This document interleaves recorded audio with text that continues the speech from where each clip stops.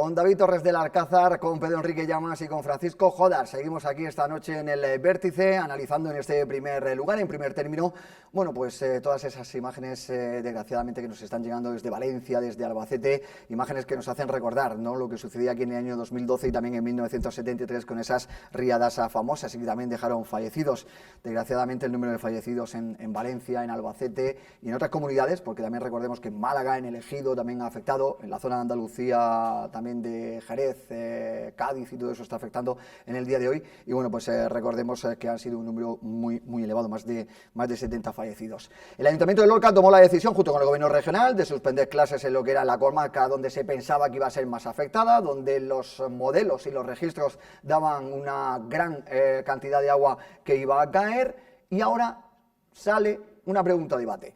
David Torres del Alcázar, ¿hay que también indicar a los trabajadores que en este caso intentar la menor utilidad del vehículo, suspender el mayor tema laboral posible, o cómo esto se puede manejar o cómo se puede hacer? Bueno, yo entiendo que lo primero que hay que hacer es proteger a las personas, eso es lo primordial.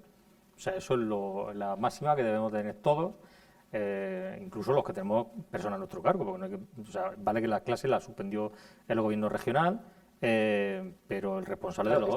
Perdona que te interrumpa, estamos evitando el que haya autobuses de desplazamiento, el que papás cojan a sus hijos, de pedanías, término municipal de Lorca, con lo grande que es de pedanías. Sí, pero a lo mejor no se dijo a los empresarios agrícolas que transportan, ¿cuántos autobuses salen por la mañana también hacia puntos agrícolas? Pero aquí yo creo que hay como dos niveles, ¿no?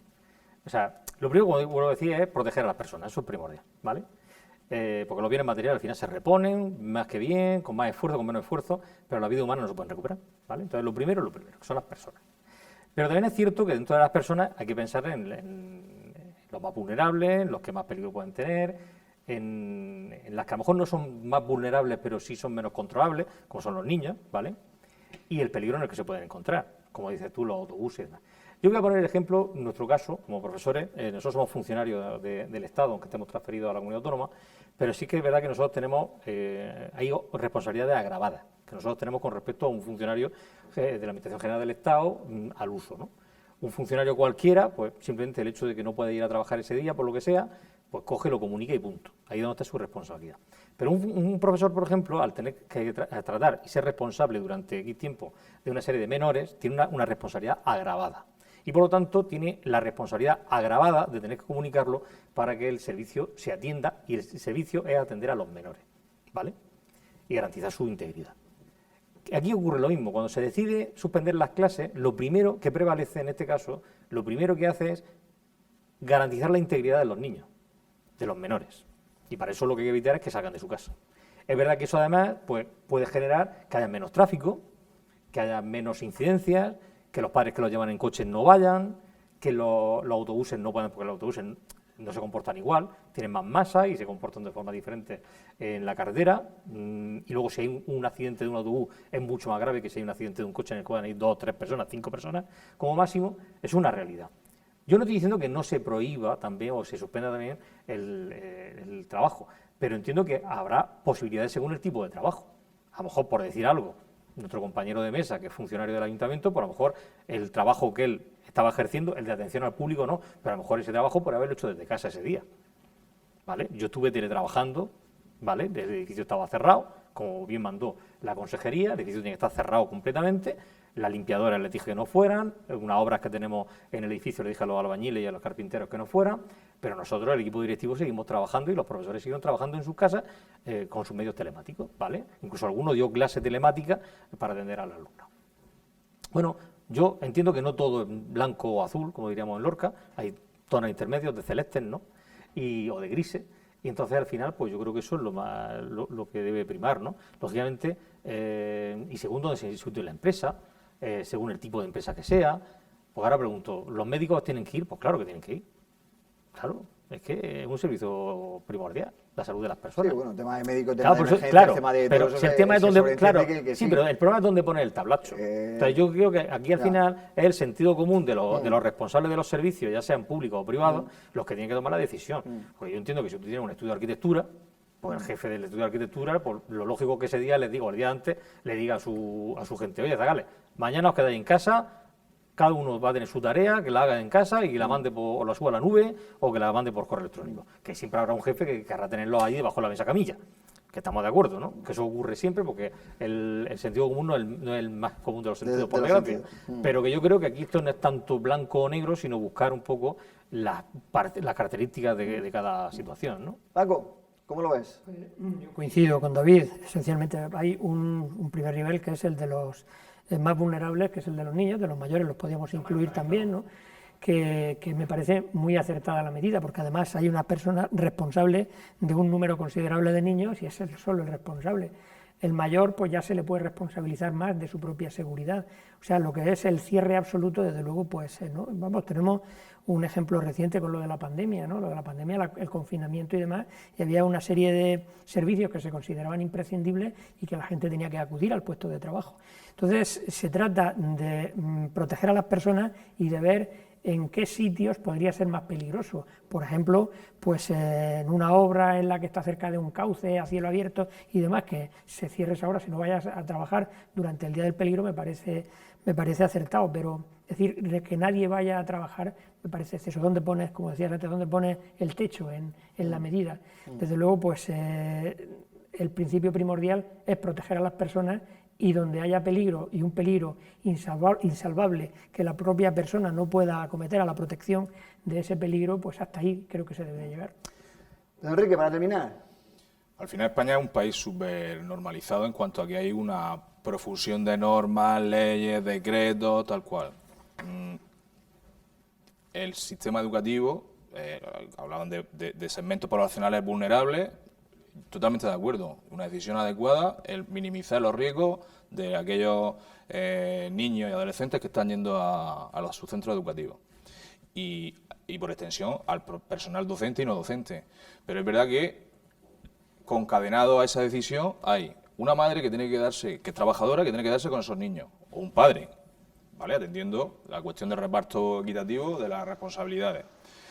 Igual que se establecen esos protocolos de autoprotección, si hubiese unas indicaciones de que el ejemplo de la huelga se nos garantiza unos derechos mínimos, ¿no? O sea, el derecho a la huelga va unido a que garanticemos unos servicios mínimos del ámbito que sea que se va a la huelga o todo, si es nacional.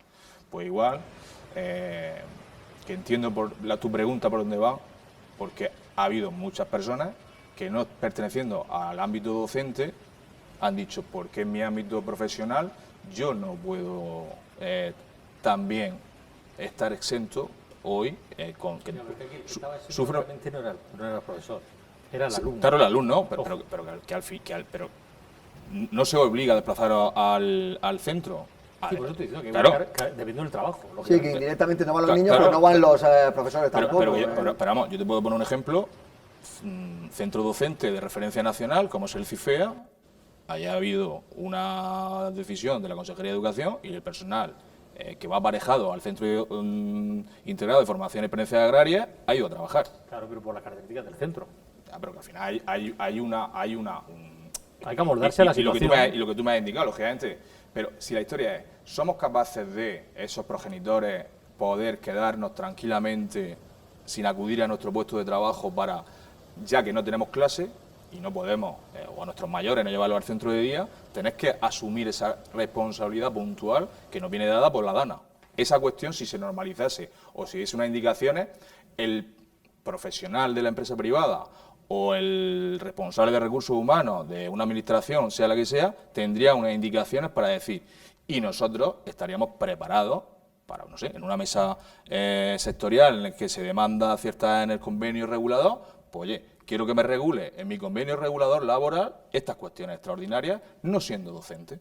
Cuando el terremoto de Lorca, recuerdo que el gobierno regional, en todos sus servicios, dio orden de que a la gente que trabajaba para la administración pública, fuera como funcionario o fuera personal adscrito o lo que fuera, se habilitaba a los jefes de servicio a que pudieran dispensar, digamos, o durante horas puntuales para poder ir a ver al consorcio, para tener que ir a atender una obra que estaban haciendo en su casa, atender a sus familiares porque resulta que habían tenido algún problema del tipo que sea. se habilitó, en este caso, a los jefes de servicio, en el caso mío de los centros educativos, al director del centro, ¿no? Pero estamos hablando que, por ejemplo, de forma extraordinaria también se pueden tomar esas decisiones. Pero si aquí yo creo que aquí el secreto está en buscar dónde está el límite, ¿no? Porque, por ejemplo, lo que estábamos diciendo, ¿no? Alguien que esté de atención al público, pues habría que ver también la urgencia que puede tener la atención al público de un servicio determinado. Oye, usted, es que tiene que estar sí o sí el funcionario del Ayuntamiento de Caravaca que resulta que está atendiendo para la licencia de obra precisamente hoy. Pero que no sabemos Pues, si pues a lo mejor no.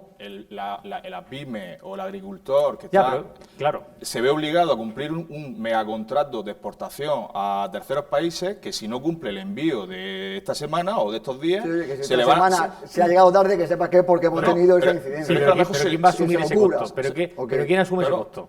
Ojo, o sea, es que de lo que se trata en el 90% de los casos es de proteger a la gente en los desplazamientos cuando van al trabajo. Hay otras formas de proteger a la gente y es tener los medios preparados y adecuados, los medios de emergencia, para en caso de verse en una carretera en un momento determinado que es peligrosa, cortarla y la gente no pasa, vaya a trabajar o vaya a donde Vaya, vaya. vaya. Bueno, pues al final la pregunta tenía más amiga de lo que parece, ¿eh? Podemos seguir aquí, pero es verdad que, oye, pues debido a esta emergencia, debido a esta situación, pues ha salido la pregunta, ¿no? ¿Se debe de ir a trabajar en este tipo de emergencias y en este tipo de alertas? Es que ahora Y yo más digo- cuando llegan, ahora han puesto el sistema este, ¿no?, que dedica a todos los dispositivos móviles. En Valencia ayer lo ponían, hoy en la zona de Cádiz, en la que se alertaba de que desplazamientos mínimos y que todo el mundo Claro, se pudiera quedar en su pero casa. yo pregunto, vamos a ponernos, aquí en Lorca al final yo veo poco para lo que se esperaba, Sí. ¿vale? No digo poco, pero poco para lo que se esperaba. Vamos a suponer que no suspenden las clases, por decir algo, ¿vale?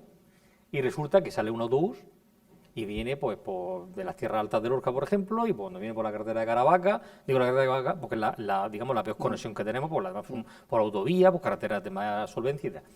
Y pasa algo, Dios no lo quiera. Pues rápidamente el gobierno regional no ha suspendido las clases, no hubieran perdido los niños la cátedra ni el doctorado por perder un día de clase, qué barbaridad, bla, bla, bla, bla, bla. No, sí, O sea yo creo que todos estamos de acuerdo en que la decisión fue acertada. Sí, sí, yo Pero creo que- cuando lloviera luego yo- puede decir alguna, oye, es que no cayó ni una gota. Claro. Bueno, vale, pues mejor es que no, mejor prevenir que luego tener que Claro, que claro, prevenir. que no pasa nada, que Efectivamente. por un día que se pierda de no clase... van a dejar de ser licenciados, No, ni no, diplomados, ni ni mucho nada de eso. Por un ni día de mucho. eso, ni mucho menos. Entre otras cosas porque no existe ni la licenciatura ni la diplomatura. Pero vamos, que en el día de mañana, cuando venga a la universidad, que por ese día no le van a decir a la universidad, oye, que no te sacas el título. Vamos con tema político que también trae Miga y también trae Moya. La Fiscalía investiga el desvío de 50.000 euros del Ayuntamiento de Lorca a asociaciones sociales durante el gobierno del Partido Socialista. Para hacer un pequeño resumen, el equipo de gobierno del Partido Popular dice que se ha enterado de esta situación cuando ha ido a reclamarle una serie de tasas a los feriantes y los feriantes dijeron, no, si esos 50.000 euros ya los pagamos nosotros en esta fecha porque el Ayuntamiento nos dijo que teníamos que hacerlo así, directamente ingresarlo a ONG. Se habla de 50.000 euros, lo ha puesto hoy manifiesto una de las concejalas del Partido Popular, que es Rosa Medina. El exalcalde de Lorca, de José Mateos, ha indicado que él tiene total tranquilidad y total confianza porque se hicieron las gestiones tal y como se debían de hacer. Francisco Jodar, tema político, pues este primer tema caliente, patata caliente, como se suele decir, pues para Francisco Jodar. A ver, lo primero de todo, es un dinero de una tasa de feriantes que luego dicen que la tasa de feriantes no existe, sino que era un dinero que tenían que entregar por el tema de la instalación de lo que son las atracciones. Vamos a aclarar un poquito esto porque hay también aquí un poco de confusión. ¿Hay tasa de feriantes o no hay tasa de feriantes? O sea, es un tema, desde luego, muy, muy feo, ¿no? Porque los procedimientos de gasto están tasados, están reglados, hay que observarlos. Y en este caso, pues parece ser que no ha sido así.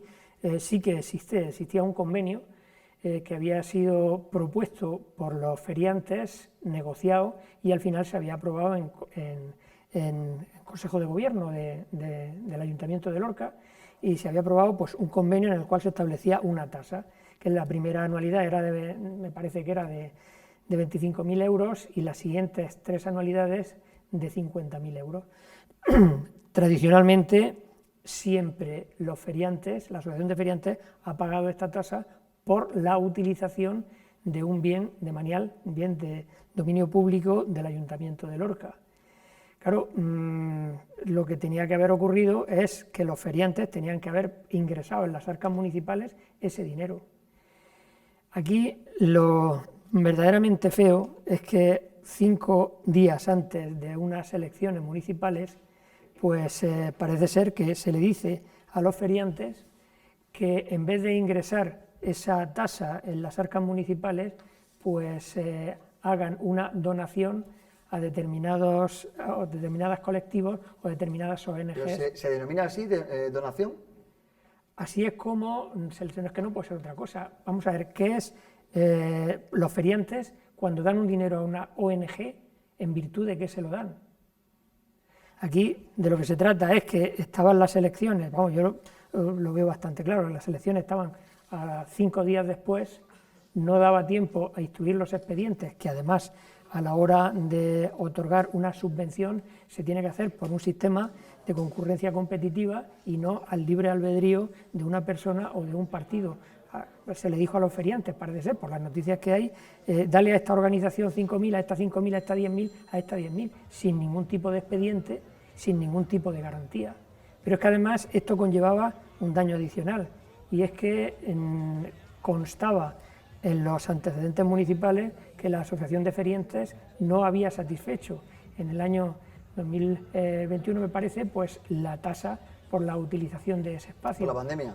No, por la pandemia no, porque realmente los feriantes se lo habían pagado a estas asociaciones y se consideraban liberados del pago de la tasa porque, según ellos, el ayuntamiento les había dicho, en vez de ingresarlo a las arcas municipales, este dinero se lo dais a estas asociaciones. Claro, cuando resulta que le reclama el ayuntamiento, el nuevo equipo de gobierno, entrado después de las elecciones, reclama el pago de la tasa del año anterior, porque figuraba en el ayuntamiento como que no había sido satisfecha por los feriantes. Los feriantes dicen, no, ya, nosotros hemos pagado de la manera que nos dijo el ayuntamiento, y es darle el dinero a estas asociaciones. Claro, evidentemente, pues los técnicos municipales pues han dicho lo que tenían que decir, que ese no es procedimiento, que los feriantes no han satisfecho al ayuntamiento la tasa y que esto en cualquier caso se tenía que dar parte a la Fiscalía o a los juzgados, porque en realidad pues había la posibilidad de la comisión. Dicen, según he leído, los informes jurídicos del ayuntamiento, se podría haber cometido pues un delito de malversación de fondos, se podría haber incurrido en un tema de alcance. Es decir, si ahora mismo los feriantes no han pagado la tasa, se les reclama y dice, no, nosotros hemos pagado la tasa tal y como nos ha dicho el ayuntamiento a estas asociaciones, le hemos dado el dinero. Evidentemente, pues reclamarle ahora de nuevo a los feriantes el pago de ese dinero, cuando si se van a los juzgados lo van a ganar, pues no tiene ningún sentido. Con lo cual, pues hay una responsabilidad de alcance de los políticos que han dicho, habría una responsabilidad de alcance, es decir, de responsabilidad patrimonial frente a la administración por ese dinero que han desviado hacia un fin para el cual... Pero desde los feriantes sí que reconocen de que no había que pagar tasa ni en 2022 ni en 2021. Los propios feriantes son los que reconocen el que no se debería, de que no debían de pagar la tasa. No es eso la noticia que yo tengo. Que la tasa nació después. Que antes parece que había un convenio en el que llegaba a un acuerdo, que eso a lo mejor lo sabes tú mejor que yo, lógicamente porque fuiste alcalde, en que parece que ellos utilizaban las instalaciones y entonces a cambio hacían labores de mantenimiento, asumían cosas de mantenimiento del recinto ferial. Yo digo lo que dicen ellos, cuidado, yo no estoy diciendo que sea... Sí, eso lo dicen los feriantes. Claro, y entonces que la tasa fue posterior, entonces por eso la tasa vino después, en 2023-2024, cuando sea, y por tanto por eso no se pagaba tasa, se hacía con otro tipo de convenio diferente. Por la información eso es lo que alegan ellos. Que yo tengo, se había aprobado en Junta de Gobierno local, con anterioridad a eso se había aprobado ese dinero. De todas formas, me parece una respuesta un poco infantil por parte de quien ha dado esa respuesta, el pensar que los feriantes de motu propio y por... No, estamos hablando de lo que han dicho los propios feriantes, lo que estamos diciendo. O sea, lo que estamos hablando ahora mismo, Coti y yo, es de la respuesta de los feriantes, no es de la respuesta de... Yo tengo entendido que los feriantes lo que han dicho, no, a nosotros el ayuntamiento lo que nos dijo es que pagáramos de esta manera y nosotros pagamos de esta manera. Esto es lo que han dicho los feriantes. No que no estuviesen obligados, porque todos los años han pagado esa tasa. No, si es que parece que no la pagaban antes. Sí, la pagaban. Sí. No, parece que... Aquí es donde está el tema, claro, donde es que parece está que la polémica de esa tasa existía. ¿De siempre se ha pagado esa tasa por la utilización de ese espacio? Parece que la tasa se nació después. La tasa nace después, la tasa... Sí, aquí la clave está en la fecha en la que se aprueba la tasa. El año anterior Esa es la clave. un año... eran la mitad, 25.000 euros. ¿Pero qué año? Si la clave está en eso. Y ese año era ya de 50.000. El año anterior se habían pagado los 25.000, los primeros. O sea, se había empezado a ejecutar eso, que venía de una propuesta de los propios feriantes. Pero lo que es cierto, y que además nadie ha discutido, es que se les dijo a los feriantes, no, dale a estas asociaciones este dinero. En la rueda de prensa dicen las dos concejales que lo han planteado que hay un documento por el que el ayuntamiento les dice que tienen que pagarlo. Pues entonces, si está el documento, está todo más claro el agua. Yo de cualquier modo, yo lo que sí pienso que aquí ahora mismo está en diligencias previas. También es verdad que los feriantes dicen que es como se propuso por parte del Ejecutivo en Claro, el momento en el que estaban gobernando. Sí, pero que también O sea, ellos dan la donación de 45.000 euros. A ver, el dinero, lo que está claro es que hasta que no entra en las arcas públicas no está mal versado, ¿vale? Eso para empezar. El dinero ahora mismo lo tienen los feriantes, lo dan a... Una cosa diferente que ese dinero, pues antes de que entre en las arcas públicas, ellos dicen que le dijeron que tenían que hacerlo, las concejales han dicho que hay un documento que les dice a los feriantes que tenían que darlo a X de tal manera, repartido de tal manera. Ahora mismo estamos en diligencias previas, ahora mismo el juez está investigando, pidiendo la documentación, que es lo que ha hecho, por eso ha llegado a conocimiento en este caso y por eso lo han lanzado ahora. Pues yo creo que lo más sensato ahora mismo es esperar a ver qué ocurre con la investigación, porque yo creo que aquí la clave está en cómo se hacía hasta la fecha, cuándo se aprueba esa tasa y luego si ese documento, que si le han dicho las concejales que existe el documento, no seré yo quien diga que el documento no existe. La explicación que ha dado el anterior alcalde dice, no, es que no tenían obligación de dar ese dinero. Lo que pasa es que vinieron a mí los feriantes y dijeron, queremos tener una liberalidad con Lorca, queremos pagar esos 50.000 euros. A mí me extraña esto. Y entonces el alcalde le dijo, vale, pues dar este dinero a este, a este, a este y a este. Pero tú, cuando eras alcalde, por ejemplo, ¿cómo pagaban los feriantes el uso del recinto? Que no lo sé, lo desconozco. Sí, por medio de una tasa que se ingresaba en las arcas municipales. No sé si se llamaría tasa. Yo tengo convenio. una pregunta ahora para hacer. Yo ahora después tengo Es una que pregunta según para hacer. ellos lo que Vamos a hacían escuchar también era, a Pedro Enrique. digamos, hacer labores de mantenimiento del recinto a cambio del uso del recinto. Es lo que dicen ellos. No lo recuerdo, pero es posible. Pero A mí la pregunta que aquí, Entonces, el momento en el la que pregunta nace que aquí la me tasa. asalta ahora mismo, así en el debate, a bote pronto, y a ver si también nos comenta lo que le parece Pedro Enrique. Perry, si los feriantes no tienen que pagar tasa ni tienen que pagar nada, ¿por qué pagan a las ONGs? Pues según ellos, porque se lo dijeron, y según las dos concejalas, porque hay un documento en el que se les dice que lo hagan. Que no lo sé, no, escúchame, yo estoy diciendo lo que se sabe, que sabemos lo que nos han dicho. Ahora mismo sabemos lo que nos han dicho nada. Aquí hay una pregunta. No sabemos más. Si los feriantes no tienen que pagar ninguna tasa, están exentos de tasa, no hay que pagar tasa, ¿por qué pagan 45.000 euros a ONGs? Ya, pero el tema es que ellos dicen que antes no pagaban tasa. ¿Y por qué? Sí, pero Que no lo sé. Pero eso era mucho antes, después se había establecido. ¿Pero cuándo? Por decisión de la Junta de Gobierno, desde el año anterior a que pasara esto. Ya se había pagado una tasa. ¿Y de la en qué mitad. año ocurre esto, según parece ser? En 2021 y en 2022 estaban exentos, y en 2023 no tenían que pagar tasa. Reconocen que no tenían obligación de pagar en 2022 ni en 2021. Y en 2023 estaban como otras entidades eximidos de su pago. ¿Pero por qué reconoces? ¿Por qué están exentos? Porque está la COVID posiblemente y están exentos. Hombre, lo de 2021, yo por eso he dicho lo de la COVID, por eso he dicho lo de la pandemia. Entiendo que en 2021 no tienen que pagar la tasa porque hay una pandemia, no van a... ¿Se hizo la feria en 2021? ¿Se hizo feria? No, el año de la Eso fue pandemia en no. marzo, la de septiembre 20 no se hace y la del 21, igual que a los hosteleros se le exime de pago de tal, Sí. pues a los feriantes se les puede hacer lo mismo, que lo desconozco. Voy a poner aquí una Sí, perspectiva. hombre, yo me imagino que sí, porque dice que estaban eximidos de Correcto. ese pago. Yo voy a poner aquí también la variable de usuario de una ONG. Que la ONG, yo voy a aprovechar para decir que no está reconocido en la legislación de España. Organización no gubernamental no está reconocido, es una organización no lucrativa. Dicho es, 7 ONG de Lorca, que dan un servicio maravilloso. Yo también estoy en una ONG.